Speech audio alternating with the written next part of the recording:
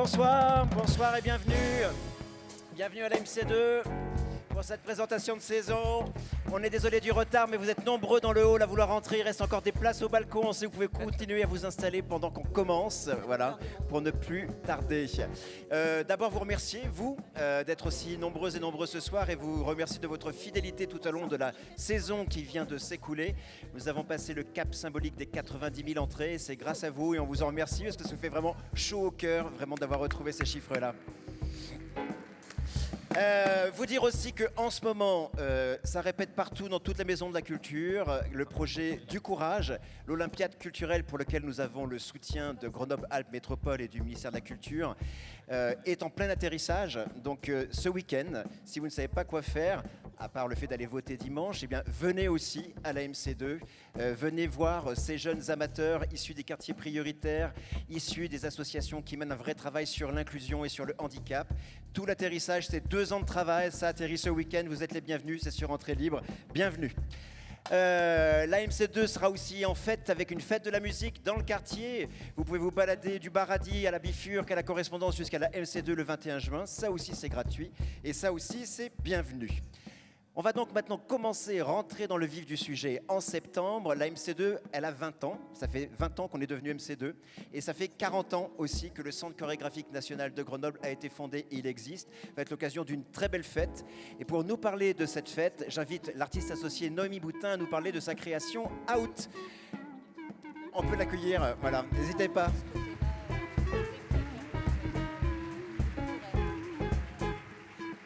Bonsoir Noémie. Alors, la fête va commencer avec les Journées européennes du patrimoine, donc tout est gratuit. Et donc toi, tu as une idée un peu particulière. Tu as voulu faire un spectacle qui s'appelle Out avec les marginaux, d'une certaine manière. Qu'est-ce que tu peux nous dire sur ce spectacle ? Bonsoir tout le monde. Out, alors c'est 2 envies profondes qui nous tiennent vraiment au corps avec la compagnie. C'est déjà d'apporter dehors, de porter dehors la musique de création. Hors des salles de spectacle, hors des salles de concert, pour qu'elle soit entendue par le plus grand nombre, les connaisseurs, les connaisseuses, les abonnés, les férus de musique et de musique de création, mais aussi les passants, les passantes, les gens qui voudraient s'arrêter, qui sont intrigués, qui n'ont pas du coup à franchir la porte et ce grand escalier de la MC2 par exemple, qui est quand même impressionnant. Et donc ça, c'est très, très important. Et puis, out, c'est aussi parler des gens out. Qu'est-ce que c'est que d'être out ? Qu'est-ce que c'est que d'être à la marge ? Qu'est-ce que c'est que d'être, comme on dit, inadapté ? Qu'est-ce que c'est que d'être invisibilisé ? Et alors, pour parler de ces gens-là, de ces personnes-là, on est allé pendant 4 ans à la rencontre des structures sociales, des travailleurs sociaux, des personnes sans abri, pour comprendre un petit peu ce que c'est que d'être à la rue. Et dans Out, dans le spectacle, vous entendrez ce qu'on a vu, ce qu'on a perçu, ce qu'on a compris de cette réalité-là, de la grande précarité, mais aussi de plusieurs facettes de ce que c'est que d'être out. Alors il y aura du burlesque, il y aura de l'humour, il y aura des moments poignants et douloureux, et puis il y aura de la très belle musique et du très beau théâtre. Et c'est gratuit, donc ça sera sur les Journées européennes du patrimoine, ça jouera ici à la MC2, puis ensuite on vous retrouvera au Jardin de Ville le dimanche. Et puis il y a un autre rendez-vous avec toi, c'est le 15 mai, c'est ton nouvel album, tu vas le créer ici à la MC2. Donc c'est ce que tu appelles la musique de création, on va en entendre un petit extrait pendant qu'on s'en parle. Et ça aussi c'est un événement important puisque c'est 4 ans d'association entre toi et la Maison de la Culture qui se concrétise aussi par la création de cet album. Et ben voilà, vous entendez un papillon de Kaya Saariao, qui est une des plus grandes figures de la musique contemporaine, qui est décédée l'année dernière, qui a écrit des choses fabuleuses pour violoncelle, donc je la remercie. Et dans ce prochain disque, donc moi j'avais enregistré un disque Britain, qui était un grand événement dans mon parcours, et là c'est le prochain. Et c'est toutes les commandes que j'ai faites ces 10 dernières années à des compositeurs, des compositrices, des pièces qui me sont chères, que je joue beaucoup depuis 10 ans. Et ce sera un album pour moi comme une histoire qui se raconte avec ces rencontres que j'ai faites, avec ces œuvres, avec ces auteurs, ces autrices, et que j'ai vraiment besoin maintenant de graver et de transmettre et de faire entendre aux jeunes violoncellistes, à vous et à tous ceux qui auront envie d'écouter ces musiques, d'écouter ce disque. Je suis très heureuse de le créer ici. On a beaucoup de chance de t'avoir comme artiste associé. On est très heureux de te suivre depuis 4 ans. Et donc, merci Noémie. Merci. Tu commenceras la saison soirée. Et tu la finiras presque avec nous. Oui. Voilà. À bientôt. Alors, pour vous présenter les 86 spectacles de la saison, j'appelle mes 3 autres complices.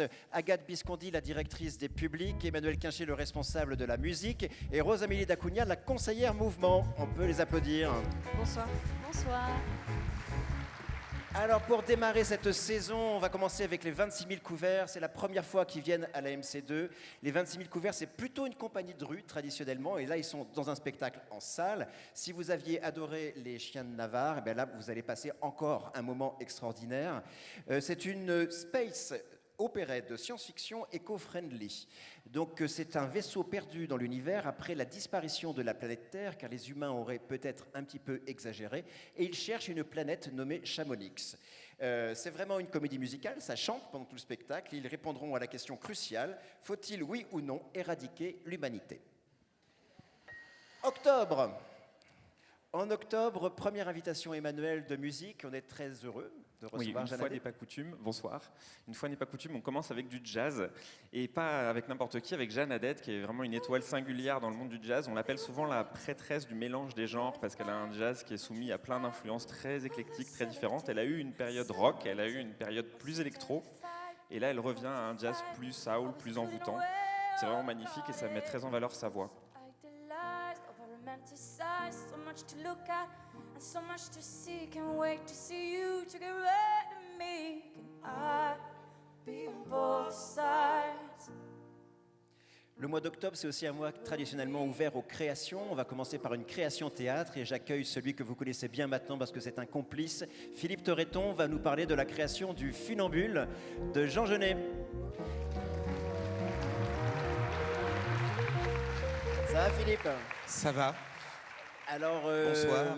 C'est un chef-d'œuvre du XXe siècle, d'une certaine manière, et c'était une envie un peu profonde d'interpréter ce texte. Et tu es porteur de projet sur ce spectacle. Oui, c'est ça. Comme il y a des porteurs d'eau, je suis ce porteur de projet. Et c'est un texte magnifique que j'ai appris à aimer, vraiment. Et j'ai appris à aimer Genet. Je suis parti de très loin, je ne connaissais pas. Au conservatoire, on m'en parlait. Je trouvais ça compliqué, je trouvais ça un peu inaccessible et presque dangereux. Et à l'occasion d'une initiative pour lire des textes pour un public, pour des lecteurs non-voyants, enfin pour des non-voyants, on m'a demandé de l'enregistrer, ce texte. Et donc je me suis isolé dans mon bureau et j'ai passé 2 jours à l'enregistrer et à envoyer mes enregistrements comme ça.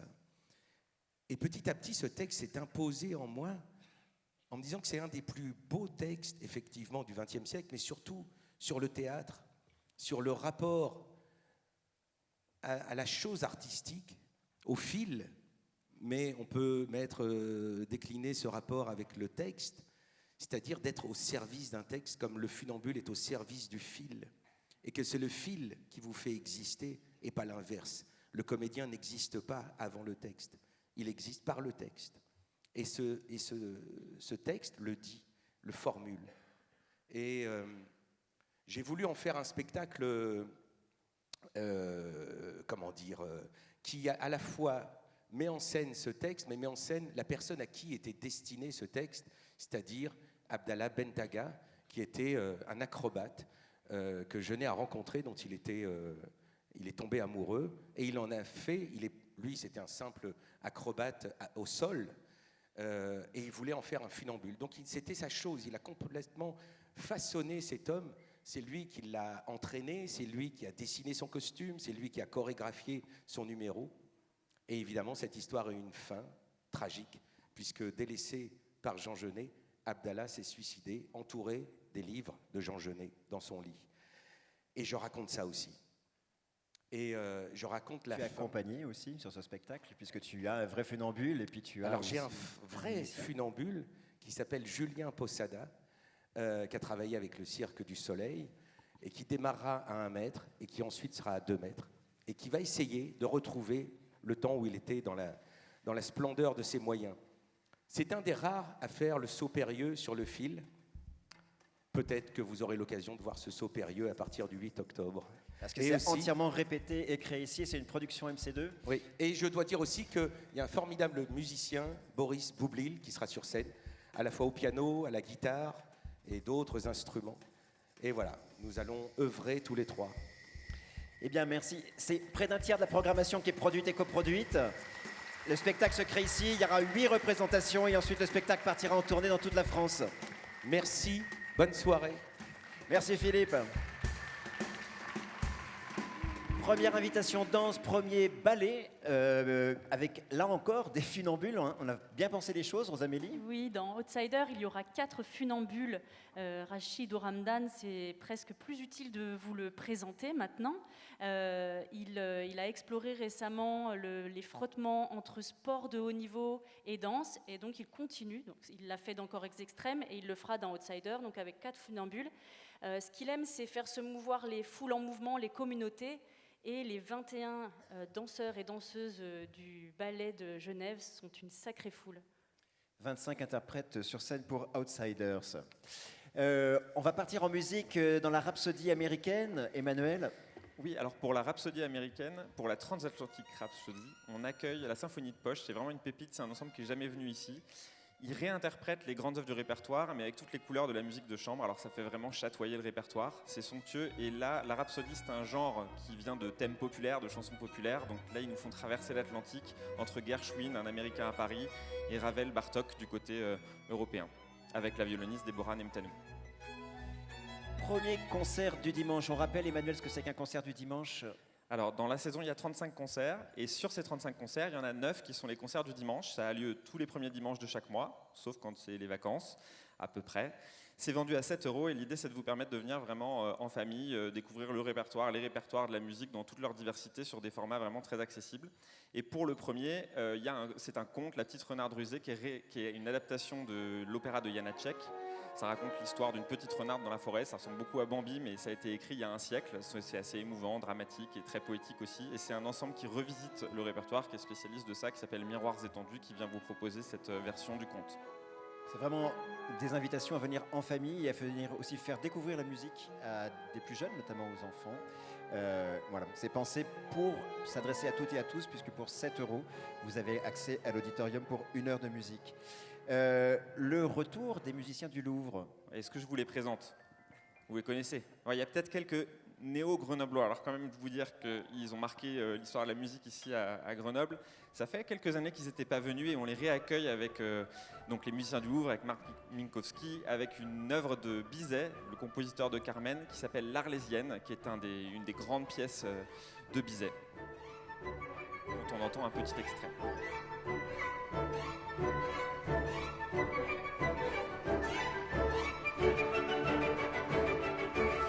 Pour finir ce mois d'octobre, une metteuse en scène, Julie Duclos, qui s'attaque à un classique du XXe siècle, Grand-peur et misère du Troisième Reich. Oui, c'est un texte de Brecht qu'il a écrit en plein régime nazi en Allemagne.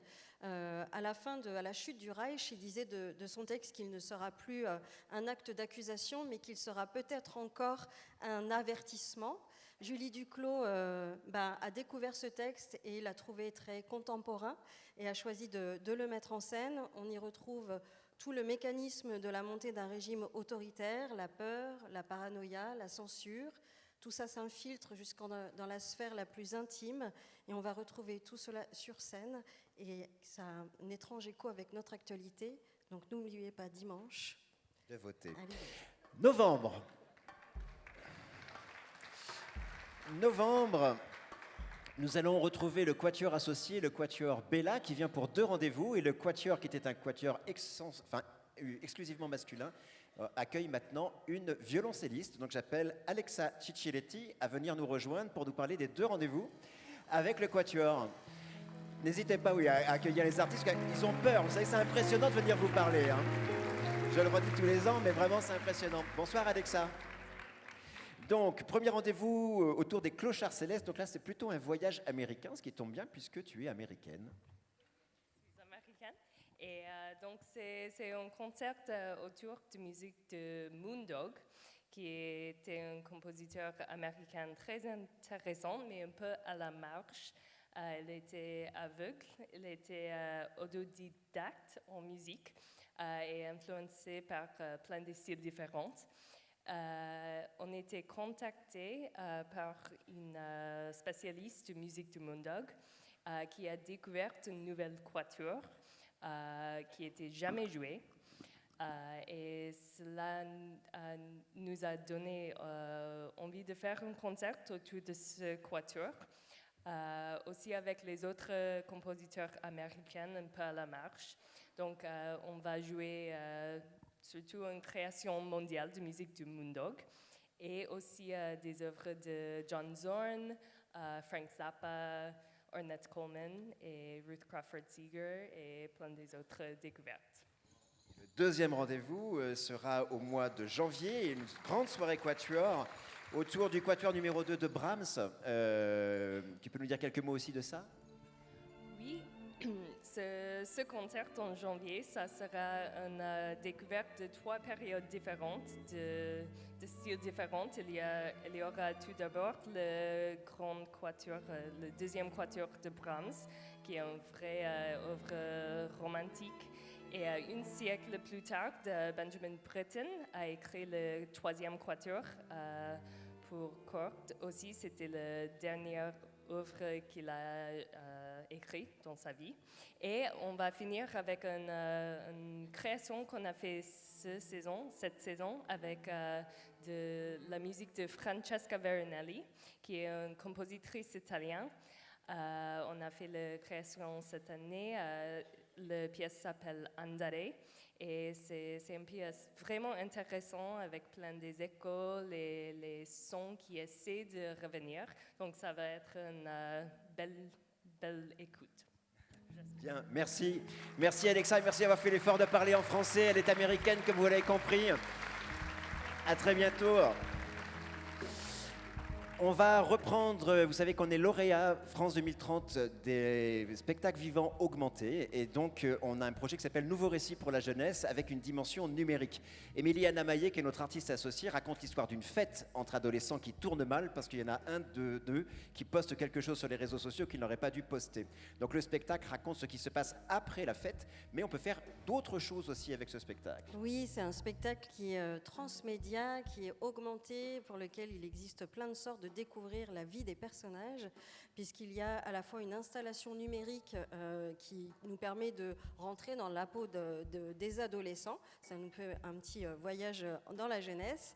On peut découvrir le spectacle sur scène. Et puis, il va y avoir aussi cette année cette version augmentée 2024, c'est-à-dire un live sur Instagram en direct des coulisses où on va retrouver les personnages, les comédiens, et ça permet de mélanger le réel et le virtuel qui ne deviennent plus qu'un, et finalement c'est vraiment la vie de nos adolescents.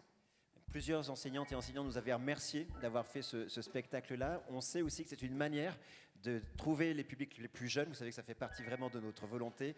Emiliana, elle dit qu'il s'agit de les prendre par la poche pour les emmener vers le spectacle, vers la scène. Et on est très heureux de reprendre ce spectacle-là qui tournera aussi en France et en Europe. Absolument, c'est une manière de dédiaboliser aussi les réseaux sociaux et d'apprendre à s'en servir intelligemment. Merci Agathe. On va recevoir l'Orchestre français des jeunes, dirigé par Julien Chauvin.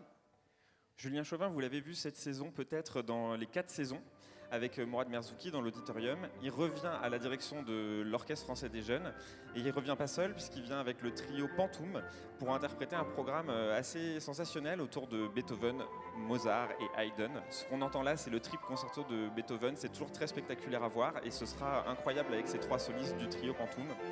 Et vous dire aussi que pour nous, c'est une façon d'accompagner cet orchestre assez exceptionnel qui vraiment contribue très fortement au début de carrière des jeunes professionnels, et c'est un orchestre remarquable. On va accueillir aussi le metteur en scène Milo Rao. C'est sa première invitation à la MC2. C'est un des plus grands metteurs en scène européens, flamands. C'est un spectacle qu'on a vu au dernier festival d'Avignon qui s'appelle Antigone in the Amazon. Donc là, vous avez compris qu'il déplace le mythe de Sophocle en Amazonie avec les Santerres, parce qu'effectivement, c'est l'endroit peut-être où le mythe peut résonner. L'agro-industrie menace la forêt autant que les peuples. Il s'est associé avec les gens. C'est un des plus grands metteurs en scène. C'est un spectacle qui a fait une standing ovation au Festival d'Avignon. C'est aussi notre projet de continuer à vous présenter des spectacles en langue étrangère surtitrés. On sait que c'est les spectacles sur lesquels vous vous précipitez moins parce que cette idée d'un surtitrage fait de temps en temps un petit peu peur. Là, je peux vous assurer qu'on suit très bien et surtout le choc artistique vaut vraiment le déplacement. Si vous n'avez jamais vu un spectacle de Milo Rao, ne ratez pas Antigone in the Amazon. On va recevoir le King ensuite. Ouais, Cantona. Alors, et c'est pas Elvis Presley. C'est pas Elvis Presley. Mais il y a une tradition. C'est une sorte d'Elvis Presley. C'est une sorte d'Elvis Presley avec une voix très grave, beaucoup plus grave. Et on a une tradition ici à la MC2 d'accompagner les sportifs qui sont. Alors oui, on a eu le artistes. plaisir d'accompagner Martin Fourcade. Vous avez été nombreux et nombreux à venir. Donc c'est vrai que Eric, depuis qu'il est devenu artiste, parce que c'est un artiste vraiment à temps plein, il est acteur au théâtre, au cinéma, à la télévision. Il avait envie de chanter et on avait envie de lui ouvrir la porte. Surtout que cet album, dont on va entendre un petit extrait, a eu vraiment l'unanimité des critiques, y compris des journaux les plus chics d'une certaine manière. Tout ce qu'il fait, ça marche. Et donc on s'est dit que c'était l'occasion de vous faire découvrir cette facette de sa personnalité. Il fait étape chez nous et on est vraiment très content de l'accueillir.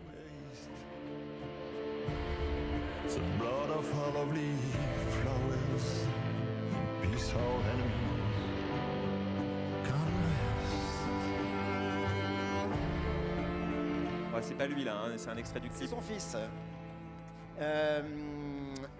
Dans les invitations internationales, il y a les grands noms, mais on tient absolument à ce que les institutions comme la nôtre ne se bornent pas aux grands noms internationaux, mais vous fassent aussi faire des découvertes. Dans ces découvertes, il y a un collectif chilien qui s'appelle Cuerpo Sur et qui va nous présenter Minga de una casa en ruinas. C'est un petit bijou, ce spectacle. C'est 50 minutes. Une minga, c'est une tradition du sud du Chili qui consistait à transporter sa maison quand on voulait déménager à la suite d'un événement heureux, par exemple comme un mariage. Donc on transportait cette maison de bois sur la rivière ou sur la route. Et à travers cette métaphore du déplacement d'une maison, eh bien cette jeune interprète, cette jeune femme va nous raconter aussi l'histoire de sa famille qui avait fui la dictature au Chili et qui nous raconte aussi ce que le Chili est en train d'essayer de devenir et les possibles qui essayent de s'ouvrir au Chili, pas toujours très facilement. Ces 50 minutes, c'est un petit bijou, c'est une jeune compagnie et c'est aussi la volonté de la MC2 de s'ouvrir encore plus avant sur l'Amérique du Sud. On va devenir une sorte de porte d'entrée des spectacles repérés en Amérique du Sud de la même manière qu'on va tâcher que nos productions aillent se balader aussi par là-bas. N'hésitez pas à venir découvrir Minga de una casa en ruinas. Puisqu'on parle d'international, eh bien Agathe est allée en mission au Québec. Donc on a un fil rouge québécois pendant tout le long de la saison. Et donc là, on a un grand public, invitation familiale, Agathe. Une invitation pour vraiment tous les publics, pour se faire plaisir. Quelquefois, le mois de novembre est un peu triste, mais là, ça va vous redonner le moral et des couleurs. C'est le Cirque Alphonse, qui est un cirque québécois. C'est une véritable famille, on est vraiment dans une tradition familiale et là ils ont créé un spectacle qui se passe dans une ferme où les animaux prennent le dessus. Alors on retrouve évidemment des acrobaties, c'est un spectacle de cirque, mais on retrouve aussi de la musique inspirée du folklore traditionnel québécois dans tout ce qu'il a de généreux. Une compagnie de théâtre qui nous vient de la région, qui nous vient d'Auvergne plus précisément. Il s'agit de Johan Ibert qui revisite le classique de Schnitzler qui a été écrit en 1897, La Ronde. Et c'est une pièce qui avait été censurée à sa création puisqu'elle est un peu sulfureuse. Il s'agit de couples où il y a toujours un des deux partenaires qui se retrouve dans l'histoire qui suit. Donc en fait, il y a une sorte de cercle, donc une ronde. Et là, Johan Ibert le revisite à travers son art, qui est la marionnette. Donc, alors attention, vous avez compris, c'est pas un spectacle jeune public, ça. Hein, voilà. Ça peut s'adresser aux jeunes, et on espère que ça s'adresse aux jeunes. Mais à partir de 16 ans. Si vous ne comprenez rien quand votre neveu vous dit qu'il est pansexuel et non-binaire, c'est le moment d'aller voir la nouvelle ronde par Johan Ibert. Voilà. Une belle invitation, ça fait 2 ans qu'on se bat pour la voir. Il s'agit d'Ofef Schechter, une star de la chorégraphie internationale. Même une rockstar de la chorégraphie. C'est vraiment un événement partout où il passe. Alors le spectacle n'est pas encore créé, ce sera créé à la fin du mois, donc pour l'instant on a des images de répétition. C'est dans le cadre des Jeux Olympiques, en fait, c'est le spectacle qu'il crée pour les JO. Tout à fait. Et déjà, on voit ce qui fait la force d'Ofef Schechter, c'est les danses d'unisson, les grands ensembles, les groupes qui explosent en duo, en trio. Et puis, la musique est composée par lui parce qu'il sait tout faire. C'est certainement un des chocs de la saison prochaine. Et peut-être une partie d'entre vous a vu le film de Cédric Klapisch qui s'appelait Encore, qui a encore plus popularisé Ofef Schechter pour celles et ceux qui ne le connaîtraient pas. Dans les fiertés, on a une artiste polonaise dont on est très heureux d'avoir réussi à la programmer. C'est Ania Rani, c'est une pianiste polonaise extraordinaire. Ça fait aussi plusieurs années qu'on se bat pour vous la présenter. Elle arrive à créer des ambiances, des atmosphères assez incroyables avec ses claviers. Elle n'a pas qu'un seul piano, elle utilise plusieurs claviers pendant ses concerts. Ça donne une sensation de temps et d'espace qui sont infinis. Et maintenant elle chante, elle a sorti un album où elle chante, donc elle vient dans le cadre de cette tournée de Ghost, c'est son album. On l'écoute. For a while,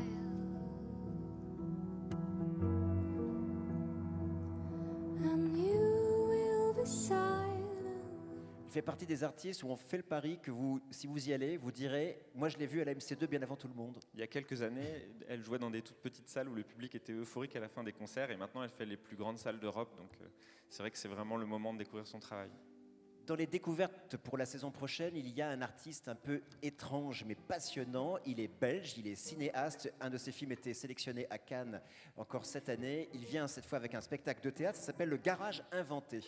Donc son projet, c'est de créer un garage pour restaurer la mécanique des rêves et faire ressortir leur force poétique. Claude Schmitz, c'est son nom, a l'art de raconter des histoires assez incroyables, puisque là il s'agit d'un sombre et inquiétant patron de garage qui va chercher à piéger lors d'un mariage une jeune femme à l'intérieur de ses rêves. Donc c'est à la fois des histoires et à la fois un univers plastique complètement bluffant. On est parmi les premiers là aussi à l'inviter en France et ça fait partie de nos missions de vous inviter à la curiosité et on vous en remercie d'ailleurs de suivre tous ces projets. Une artiste, ça c'est un fil rouge aussi un peu de la programmation qu'on a un peu appelé femme puissante. Donc là on retrouve Leïla Ka qu'on avait invitée il y a 2 ans. Elle vous avait passionné et là maintenant c'est en train de devenir une star, elle joue partout. Tout à fait, pour l'anecdote, c'est la sœur de la chanteuse Zao de Sagazan. Et ensemble, elles partagent leur extrême sensibilité, une hypersensibilité et puis une grande sincérité aussi. Là, elle crée pour 5 danseuses une pièce au rythme des souffles, de la musique super éclectique parce qu'on passe de Vivaldi à Leonard Cohen en passant aussi par Lara Fabian. Et puis aussi au rythme des changements de robe parce que c'est vraiment le fil rouge aussi de tout le spectacle. C'est un hommage puissant à la sororité.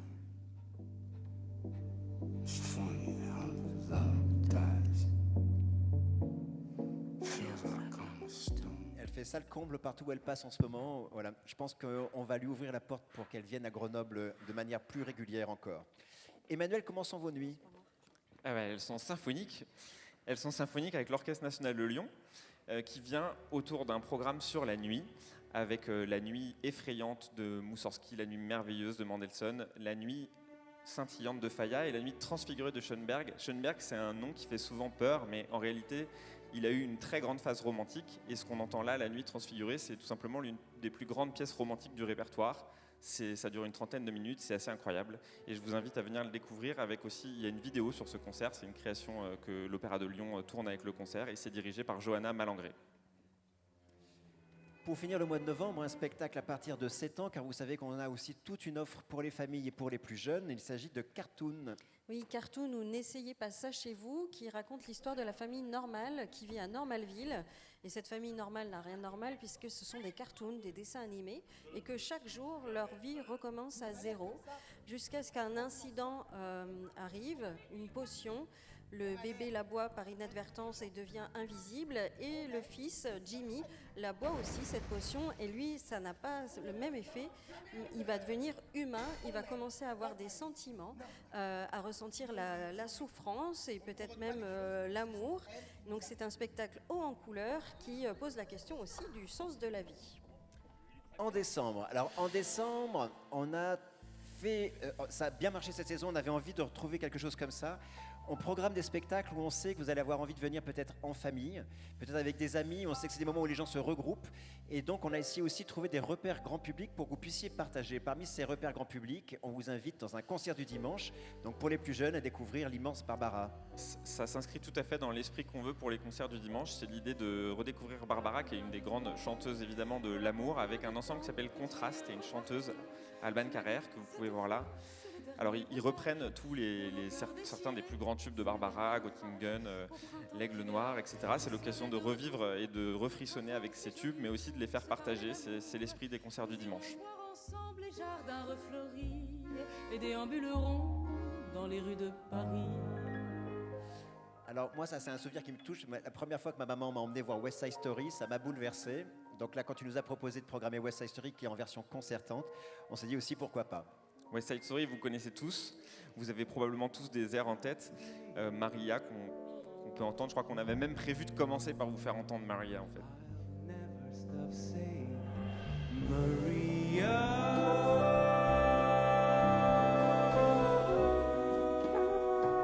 Est-ce que c'est une version concertante et jazz? C'est une version jazz.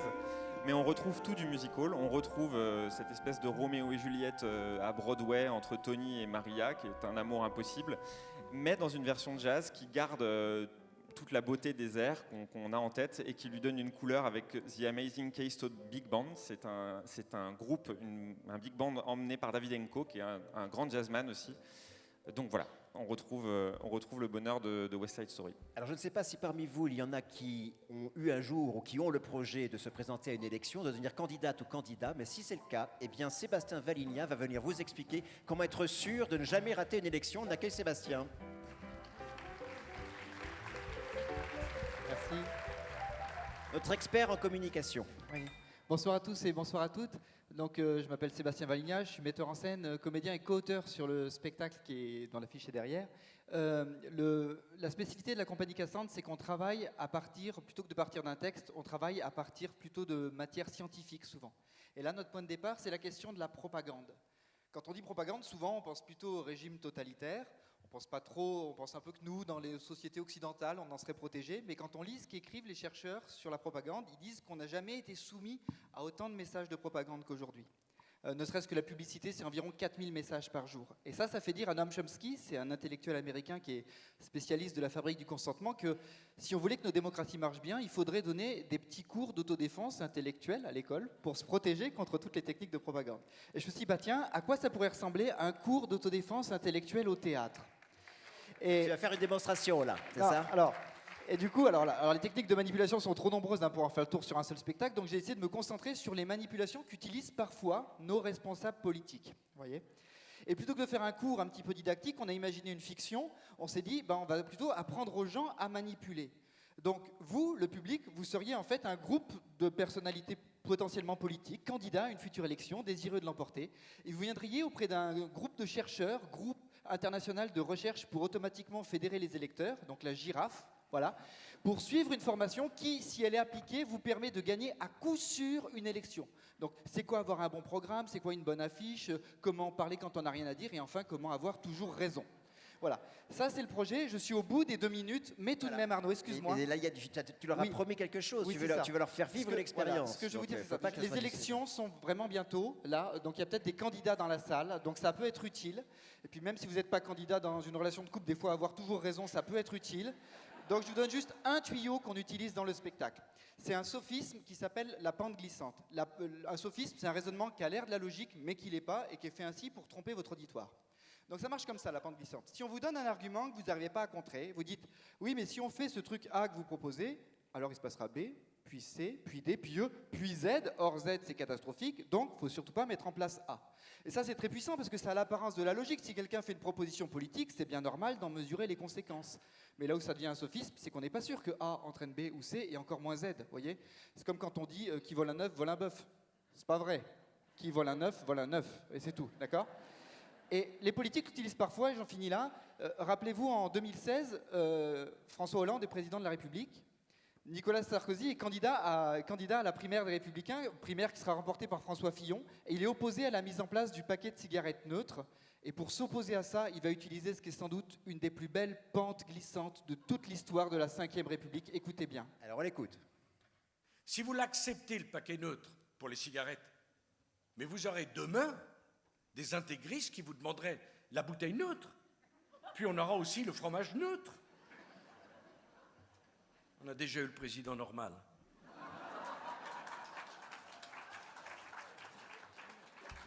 C'est pas fini. C'est une bataille beaucoup plus importante qu'on l'imagine. C'est la bataille de nos appellations. C'est la bataille de notre savoir-faire. C'est la bataille de notre identité. C'est la bataille de notre histoire. C'est la bataille de nos terroirs. Et si nous cédons là, nous céderons sur tout. Et ben voilà.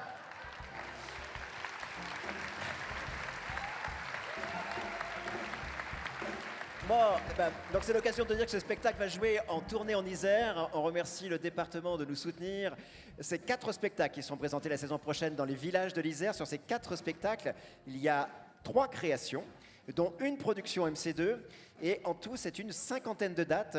On va vous montrer la carte, je crois. Voilà, sur l'ensemble du département. Donc, la preuve que pour celles et ceux qui en douteraient, on a beau mettre les grandes institutions au cœur des métropoles, elles agissent bel et bien sur les territoires ruraux et depuis longtemps. Bien, on continue sur ce message subtil avec une création d'Estelle Savasta. Oui, avec d'autres familles que la mienne. Alors, Estelle Savasta, elle est autrice, elle écrit aussi cette pièce et elle avait envie de parler de l'aide sociale à l'enfance sans trouver la porte d'entrée, jusqu'au jour où elle a rencontré un couple dont elle a découvert l'histoire émouvante. Elle s'est inspirée de cette histoire et a tricoté une histoire qui lui permet de parler de cette aide sociale à l'enfance à travers l'histoire de la petite Nora qui est placée dès l'âge de 3 mois et on va la suivre tout au long de sa vie. Et puis on va suivre aussi les histoires de ces personnes invisibles qui travaillent pour l'aide sociale à l'enfance, qui accompagnent ces enfants placés et qui font en sorte que ces petites vies tiennent debout. Comme vous avez compris, quand vous ne voyez pas d'image, c'est que les spectacles n'existent pas encore. Donc ça veut dire qu'on accompagne, on fait confiance aux artistes parce qu'on suit leur parcours depuis longtemps et qu'on se dit que cette création a toute sa place. Et évidemment, pour les artistes, c'est un soutien essentiel que des institutions fassent confiance avant même que les spectacles existent. Car si on attendait tous de voir les spectacles avant de les programmer, vous comprenez bien ce qui se passerait pour les compagnies. Donc voilà, c'est un petit rappel en passant sur comment ça fonctionne la programmation. Rose Amélie, on retrouve le Golden Stage qui est toujours un triple programme. Un triple programme proposé par la Villette à Paris. Alors la structure, Karim Cash, The Ruggeds, peut-être que c'est des noms qui ne vous parlent pas, mais dans le hip-hop, ce sont des pointures dans leur domaine. Donc ce sont 3 spectacles qui nous font traverser le crump, le break, la new style. Avec un maître de cérémonie qui sera là pour ambiancer la salle. Alors si le crump, le break, tout ça, vous n'êtes pas encore au point, ça sera, le 7 décembre, ça sera une journée aussi d'initiation, de grandes fêtes autour du hip-hop pour découvrir et plonger complètement dans ces cultures-là. Et surtout, on va danser. On va danser, tout à fait. Parce que la saison prochaine est rythmée par des fêtes pendant lesquelles à chaque fois on dansera. Exactement. Et donc ça, c'est une des fêtes où on dansera. C'est une des fêtes, la fête hip-hop. Et alors 2 salles, 2 ambiances, parce que Emmanuel, lui, pendant ce temps-là, il nous joue la Traviata. Ouais, alors on a décidé de refaire de l'opéra la saison prochaine parce qu'on sait que vous en demandez souvent. Et pour commencer, la Traviata. La Traviata, c'est probablement l'opéra le plus connu. Quand on dit Traviata, on dit presque opéra. C'est aussi l'un des plus bouleversants. On le présente en version concert à l'auditorium. Et c'est déjà une gageure de le présenter en version concert, donc on est quand même très fiers. C'est le Cercle de l'Harmonie qui vient le jouer avec Jérémy Rohrer, une distribution incroyable. Et alors, l'horaire est un peu incongru parce qu'ensuite, c'est à 15h un samedi, au début du mois de décembre. Ensuite, ils prennent le train et le lendemain, ils jouent à la Philharmonie de Paris. On s'est un peu battu pour avoir quand même la date. Et donc, voilà, ce sera une belle expérience d'opéra. Et c'est un très gros effectif, hein, avec chœur, etc. Alors, dans les spectacles ou dans les paris qu'on veut faire tous ensemble, il y a ce spectacle-là. On va le programmer 10 fois. Et justement, ça, c'est typiquement le type de spectacle où on peut vous assurer que si quelqu'un n'est jamais venu au théâtre, c'est le moment de l'emmener au théâtre. C'est une pluie de Molière, c'est 5 Molières. C'est aussi un spectacle en carton qui fait le carton, puisque maintenant il y a 5 productions à travers le monde, et qu'Olivier Martin-Salvant et Pierre Guillois sont en train de former des duos d'acteurs un peu partout pour continuer à jouer ce spectacle. On envoie un extrait de ce road trip en carton. In an old brick at Sagenharva, in an amuse who's cool. I met a hill load of gold, drinking out of pain, out of cocoa, leaning out of pain and pie, pain by the bird, making a good old day. Hey! Dis donc, yippee hi, yippee ho, yay, laga laga chicken out of cocoa. Yippee hi, yippee ho, yay, laga drungo pope. Hey! Donc voilà, donc il n'y a pas de parole comme vous avez compris, mais voilà, vous riez déjà rien qu'en voyant la bande-annonce. Donc on fait 10 fois la grande salle. Je pense qu'on n'a pas fait ça depuis des lustres à la MC2. C'est parce que vraiment l'idée, c'est que ça fasse fonctionner bouche à oreille et que viennent des gens qui ne sont pas habitués à venir. Et c'est aussi le but, parce que vous êtes nos premières ambassadrices et nos premiers ambassadeurs. Vous vous êtes battus pour venir à cette présentation de saison et on vous en remercie. Et donc on sait que c'est aussi par vous que vous allez drainer des gens qui n'ont pas l'habitude de venir à la MC2. Un virtuose. Nemanja Radulovic, c'est un des plus grands violonistes d'Europe. Il vient avec son ensemble qui s'appelle Double Sens. Et il a un style inimitable. Vous le voyez, il a un style plein de fougue, plein de folie, plein de génie. On a sous-titré ça le violon magique parce que ça lui correspond assez bien. Et il vient dans le cœur de son répertoire, c'est du Bach. On le voit en répétition et les images et la musique parlent mieux que nous. Un chorégraphe grenoblois qu'on va mettre à l'honneur à travers une trilogie. Et pour ça, on va s'associer avec des lieux qu'on remercie, puisque dans cette trilogie, il y a une création. La création aura lieu à la Rampe, à Échirolles, dont nous sommes coproducteurs. Et les 2 autres spectacles vont jouer à l'Hexagone et à la MC2, aussi en collaboration avec le Théâtre municipal de Grenoble. Sa trilogie s'appelle Humain trop humain. François Vérune, c'est un passionné de relations humaines. Nous accueillons donc Résonance, qui, comme vous pouvez voir dans les extraits, c'est une danse qui est sublimée par des interprètes de toute une nouvelle génération, dans une scénographie lumineuse et une bande-son électro composée par François Vérune lui-même.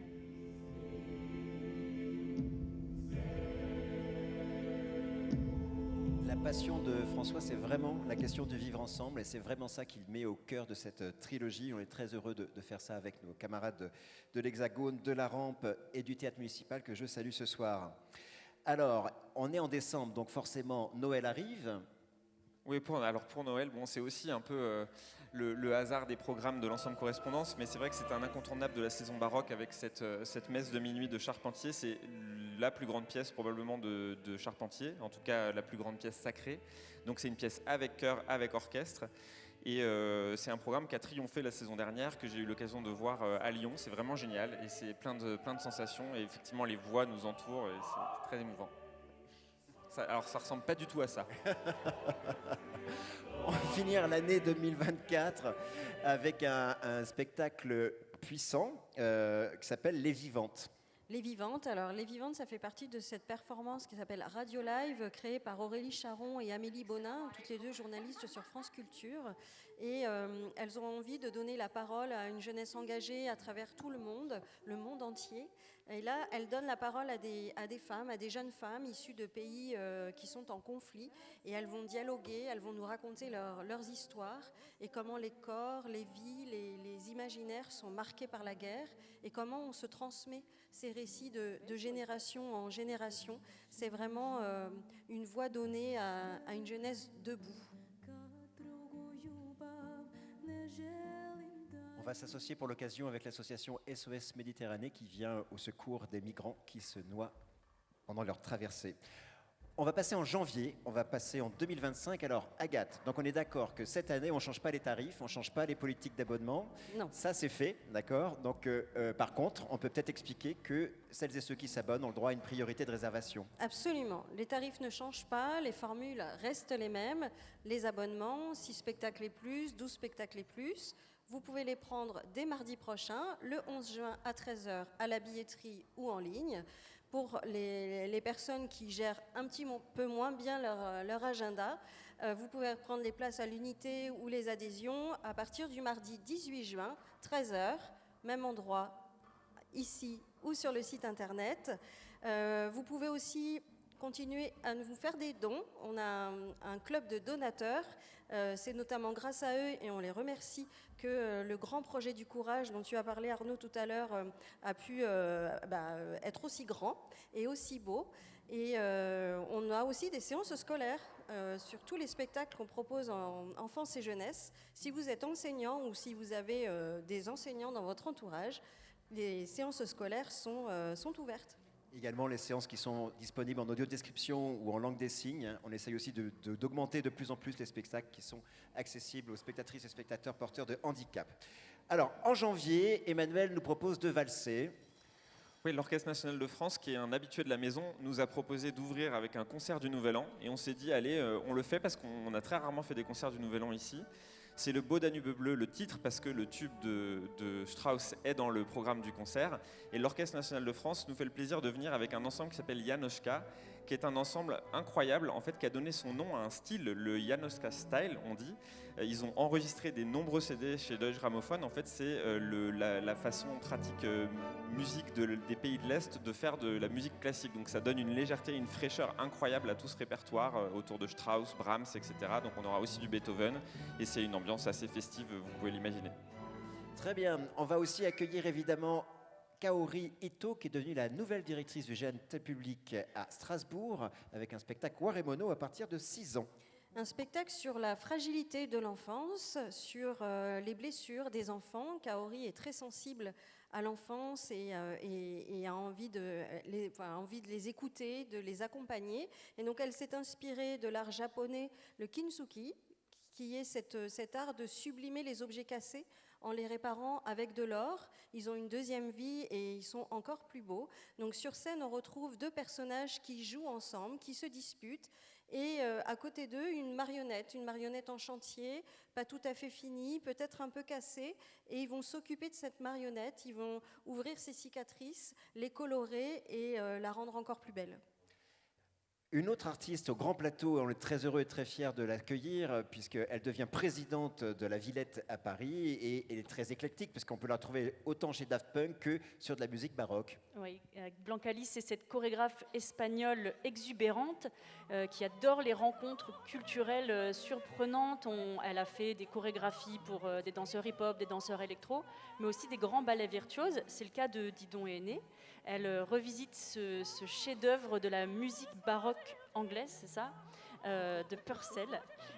Et ça va être. Alors, elle le fait évidemment d'une façon très moderne et ça va être grandiose. C'est grand format et c'est grand public, et c'est aussi notre volonté aussi que les créatrices soient le plus souvent possible sur le grand plateau. En concert du dimanche, tu veux nous faire découvrir un instrument que moi je ne connaissais pas. Il y aura pas mal d'instruments mis à l'honneur dans les concerts du dimanche, des instruments parfois méconnus, comme l'harmonica de verre. L'harmonica de verre, c'est un instrument qui a un long tube en verre, et avec les mains un peu humides, comme ce tube tourne, ça fait des notes, ça ressemble à ça. Et en fait, c'est un instrument qui est complètement oublié aujourd'hui, mais Mozart a énormément écrit pour cet instrument. À l'époque de Mozart, c'était très en vogue, donc on a décidé d'inviter cet ensemble qui s'appelle Il Gardellino, qui vient avec un des spécialistes de l'harmonica de verre pour nous faire redécouvrir cet instrument autour de Mozart, mais aussi avec plein d'autres pièces de l'époque. Et alors, en régie, on m'avait dit tout à l'heure, parce qu'il y a des fans du oboïste qui vient avec eux, c'est un grand oboïste, et en fait, Il Gardellino, c'est un ensemble qui joue avec les meilleurs musiciens en Belgique de la musique baroque, donc voilà, c'est pour vous dire aussi que ce sont des excellents musiciens. Un collectif de femmes engagées, passionnantes, drôles. Elles seront en création à la MC2, elles répètent et elles créent chez nous. Elles ne peuvent pas être là ce soir parce qu'elles sont déjà en répétition, mais elles nous parlent de leur prochaine création, Vaisseau Famille. Bonsoir. Bonsoir. Bonsoir. Bonsoir. On est le collectif Marthe. On ne pouvait pas être avec vous ce soir, malheureusement. Mais oui, en fait, on était très très prises parce que là, c'est le jour de la cousinade. On peut pas y rater, quoi. Mais bon, on avait quand même envie de vous dire un petit mot sur notre prochain spectacle qui est en pleine gestation et qui va parler de la famille. La famille. Et oui, la famille. La famille. Avec ce spectacle, on a envie de s'interroger sur cette conception majoritaire en Occident. D'où est-ce qu'elle vient historiquement et culturellement ? Dans quel système économique est-ce qu'elle s'ancre ? Quelles en sont les lois en fonction des différents points de vue, selon les espèces, selon la géographie, les milieux socioculturels. Lorsqu'on parle de lignée, de mémoire, de rôle assigné, qu'est-ce que ça implique ? Dans le souci de créer de nouveaux récits, avec le collectif, on pense souvent à Ursula K. Le Guin, qui est une autrice féministe de science-fiction, et à son texte « La théorie de la fiction panier ». Dans sa lignée, on tente de questionner la place du petit, la place de l'insignifiant et de l'invisible dans nos mythes fondateurs. Comment réenvisager nos façons de raconter des histoires ? Comment revoir nos prismes de lecture sur la grande histoire, sur la petite histoire? On va avec ce projet se questionner sur ce qu'est la famille. Quand la beauté des vers de Jean Racine continue à nous émouvoir des siècles après, on est très heureux d'accueillir la mise en scène de Mathieu Cruciani, qui est le directeur de la Comédie de Colmar, de Phèdre, un vrai travail de troupe, très intense, très beau, qu'on a eu l'occasion de découvrir. L'histoire de Phèdre, c'est la passion d'une femme pour son beau-fils, et évidemment de la conséquences tragiques qui s'en suivront. On est toujours au Québec. Agathe, elle a vraiment rentabilisé son voyage à l'argent public, donc on a une autre proposition en février. Et oui, on continue notre parcours québécois avec la Flip Fabrique qui vient présenter son spectacle Blizzard. Alors, en plein mois de janvier, ça tombe plutôt bien de parler de vent très froid, de manteaux neigeux. On retrouve sur scène des artistes incroyables, ils sont issus du Cirque du Soleil et du Cirque Éloise, donc c'est dire qu'ils ont un niveau de technicité assez impressionnante, et voilà, c'est un bon moment à passer en famille pour découvrir un très très joli cirque, un peu glacial. Alors je ne sais pas vous, mais moi je suis déjà red dingue fan de la saison 3 de Drag Race France, et donc si vous ne le savez pas, Drag Race 2, voilà, et bien la finaliste, elle était grenobloise. Elle vient de Grenoble, c'est Sarah Forever. La culture drag, je ne sais pas si tout le monde voit ce que c'est un art qui est assez fabuleux, l'art de se transformer, et c'est l'art aussi de l'exagération des caractéristiques de genre, masculin, féminin. Mathieu et Sarah sur scène. C'est à la fois du théâtre, de la danse, parce que c'est un grand danseur, du stand-up, et il va prendre l'apparence de plusieurs personnages pour raconter leurs histoires fortes. Et puis, on a eu envie de profiter de la venue de Sarah pour vous faire découvrir, ou pas, peut-être que vous connaissez déjà, la scène drague grenobloise qui est très foisonnante et généreuse. Et on en est très fiers. Vous avez peut-être été accueillis par des personnes qui vous ont interpellé. Et ce sont des drag kings, des drag queens. Je vais vous les présenter. Elles feront la première partie de Sarah Forever le 30 janvier. On fera une grande fête aussi avec DJ, etc. Parce qu'on a envie que ce soit joyeux à la MC2. On avait Jimmy Molette, un drama king extravagant et sarcastique.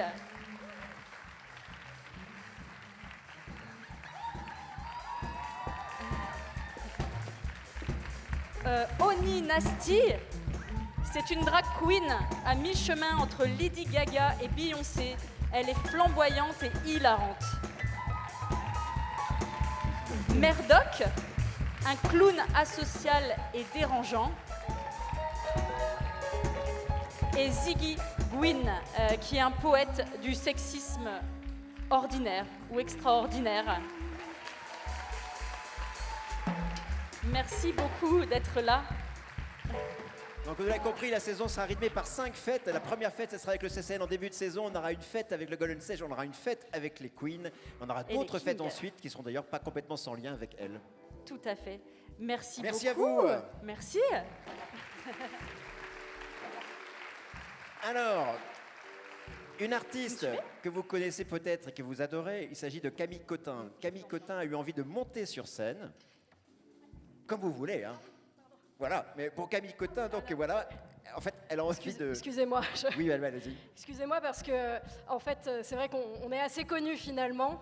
Et moi, je voulais vous dire, voilà, j'ai inspiré de nombreux, metteurs en scène, de nombreux musiciens et artistes. Et j'aurais voulu simplement vous partager un thème de jazz que vous connaissez probablement déjà tous. Donc, alors, attention, musique les Mathieu. Voilà. Donc j'imagine que vous connaissez déjà ce thème. Merci bien. Donc vous allez pouvoir nous retrouver dans la première partie de Sarah Forever. Et nous espérons vous y voir nombreux et nombreuses. Alors moi je n'y serai pas, mais on se revoit bientôt. Ça va Grenoble? Oh là là là là, ça va pas trop là. Hein. Ça va Grenoble? Ah voilà. Eh bien, on peut faire plus encore? Ça va Grenoble?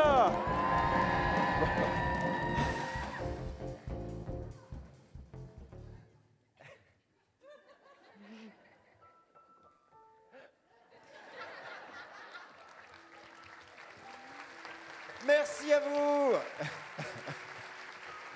On va pas arriver à les faire partir. Ah si, voilà. Merci à vous. Bon bah, Camille Cotin, qui n'est pas drag queen, mais qui a ouvert le festival de Cannes avec des mots magnifiques, qu'on utilisera d'ailleurs pour la brochure de saison, a envie de jouer un texte d'une autrice allemande qui s'appelle Katharina Volkmer. Alors le titre français c'est Le Rendez-vous. Je remercie la production française d'avoir vraiment cherché à traduire le titre de la pièce originale qui était de Jewish Cock, puisqu'il s'agit de l'histoire d'une femme qui veut se faire greffer un pénis circoncis. Alors, ça vous paraît étrange, mais en même temps, cette pièce a été traduite dans plusieurs langues et elle a été une pièce très reprise, explosive, montée dans plusieurs pays. Et c'est vraiment Camille qui a eu envie de monter ce projet. Elle a tout choisi, elle a choisi le metteur en scène, elle a tout choisi. Et on est très heureux, évidemment, de l'accueillir à la MC2. Une autre artiste de la région pour un spectacle poétique et à destination des plus jeunes, mais c'est aussi de la danse, parce que dans la programmation jeune public, on a tenu à ce qu'il n'y ait pas que du théâtre la saison prochaine. Il s'agit de Cécile Laloy. Cécile Laloy, qui est une chorégraphe de la région, c'est ça? Elle est de Saint-Étienne. Elle a un travail qui est à la fois chorégraphique, théâtral, burlesque. La pièce sera présentée dans le Petit Théâtre et elle est à voir à partir de 8 ans. Alors c'est une voyageuse qui, dans un monde apocalyptique. Oui, j'ai une forme de cheveux sur la langue. Dans un monde post-apocalyptique, et voilà, elle fait son voyage, elle a un bagage surchargé, à la fois symbolique, et c'est une pièce à voir évidemment en famille. On va retrouver un beau programme piano, Emmanuel, à travers 5 concertos de Bach. Oui, on accueille l'Orchestre de Chambre de Paris qui vient sous la direction de David Frey, qui est un grand pianiste, accompagné de 3 autres pianistes, et ils vont jouer ensemble 5 concertos, décidément, de Bach. 5 concertos, alors il y a des concertos. Bach a écrit plusieurs concertos pour 2 pianos, 3 pianos et 4 pianos, et donc à la fin du concert, on a la chance de pouvoir assister à un événement assez rare qui est le concerto pour 4 pianos de Bach. Donc j'invite vraiment les amoureux de Bach à cocher cette date parce que ça ne se reproduira pas si souvent à la MC2 et c'est une grande fierté pour nous de pouvoir présenter ce programme. Nous sommes en février. En février, une fois n'est pas coutume, nous allons faire un concert du dimanche ici, dans la salle Georges Lavaudan, parce que à l'auditorium, on aurait été presque un peu assourdi. Voilà, alors c'est un autre instrument un peu incongru ou un peu rare mis en valeur, c'est la cornemuse, qu'on n'a pas souvent l'occasion de voir dans l'auditorium ou à la MC2, avec Erwan Keravec qui est grenoblois. Non, il est breton. Il est breton. C'est l'un des passeurs du folklore breton. Il a créé un ensemble qui s'appelle Les Sonneurs, avec aussi du biniou, de la lombarde et de la très lombarde. Alors moi, je ne connaissais pas tous ces instruments, mais justement, c'est l'occasion de les découvrir et de vous dire aussi qu'ils sont les passeurs de la vitalité de cette tradition musicale-là, puisqu'ils ont commandé énormément de pièces à des compositeurs qui sont vivants aujourd'hui, grâce auxquels ils créent des atmosphères, des ambiances, des mélodies assez inimitables. Et effectivement, ils ont besoin de sonorisation et c'est plus approprié ici, donc ce sera en salle Lavaudan. Alors, quelqu'un qui est un habitué de la MC2, que vous connaissez bien, il s'agit de Nasser Djemaï. Nasser Djemaï est un acteur que vous allez être amené à voir de plus en plus à la MC2. J'ai presque tendance à dire que c'est le nouveau sociétaire de la MC2. Ce soir, Brahim Koutari joue au Théâtre National de l'Odéon, les paravents de Jean Genet dans les mises en scène d'Arthur Noziciel. Et c'est un garçon qui vient d'Échirolles et qui est vraiment devenu un pilier de la maison, tant il transmet, notamment dans l'Olympiade culturelle. Ça a été quelqu'un qui a été vraiment un porteur important. Oui, c'est quelqu'un de très généreux dans la transmission. On est ravis de cette association de Nasser et de Brahim pour ce spectacle Collision, où Brahim, en seul en scène, va interpréter le personnage de Mehdi, qui est né dans une famille où l'échec n'était pas possible. Voilà, dans la vie, on réussit, et c'est comme ça, jusqu'au jour où un accident va lui arriver, il tombe dans le coma, et pendant cette période de coma, il va flotter entre retourner à la vie, continuer cette vie-là, ou alors se laisser aller à la mort. Et puis finalement, il va revenir à la vie, puis il va décider de s'émanciper de ses règles familiales. Il va décider de prendre sa vie en main, et ce qu'il a envie, c'est de se sentir utile. Donc il va travailler pour les cabossés, les oubliés de la société et de la vie. Et pour cela, il va créer un lieu qu'il appellera Collision. Parmi les femmes puissantes, on voilà une passionnante qui s'appelle Pauline Salle. Elle est autrice, elle est metteuse en scène. Elle va revenir au mythe méconnu de Perséphone et de Déméter. Déméter est une vieille déesse qui commence un peu à perdre la tête, mais sa fille Perséphone vient d'être enlevée par Hadès. Donc elle va remuer ciel et terre pour retrouver sa fille. Et c'est un théâtre musical chez Pauline. Et c'est à partir de ce mythe grec que, soi-disant, les 4 saisons sont nées. Mais c'est surtout une occasion de traverser à travers la mythologie des thèmes comme par exemple celui des saisons donc, de l'écologie, celui de l'émancipation, et aussi cette histoire de déesses qui tiennent tête aux vieux dieux. On est toujours en février et cette fois c'est un opéra avec une mise en scène. On n'a pas que des versions concertantes comme à Emmanuel. Voilà, alors le retour de l'opéra, on le fait dans l'auditorium, mais on le fait aussi ici. Vous savez qu'ici, il y a une fosse qu'on utilise assez rarement. Et on s'est dit qu'on allait la réutiliser. Donc on accueille une production d'opéra, le Carnaval de Venise de Campra. C'est un opéra qui se passe à Venise. Et déjà au XVIIe siècle, Venise, c'est la ville de l'amour, c'est la ville de la fête. Donc là, on se retrouve avec tout un tas d'intrigues amoureuses. On comprend rien. Et justement, c'est parfait parce qu'il y a un duo de metteurs en scène, Cléda et Petit Pierre, qui vont, avec beaucoup d'humour, d'ironie, de couleurs, sublimer cette pièce. C'est vraiment une mise en scène très attendue. Qui est pour les gens de théâtre, c'est des metteurs en scène très identifiés. Des très bons scénographes, donc ce sera très coloré. Mais alors, on n'en restera pas que aux yeux, puisqu'on aura pour nos oreilles avec l'ensemble Il Caravaggio qui sera en fosse. C'est la première fois qu'ils viennent ici. C'est un ensemble qui explose vraiment en ce moment, un ensemble baroque qui explose sous la direction de Camille Delaforge et une jeune distribution incroyable. Donc un beau moment. On en fait 2 ici, 2 représentations. L'Orchestre des Pays de Savoie qui revient avec le violoncelle cette fois-ci.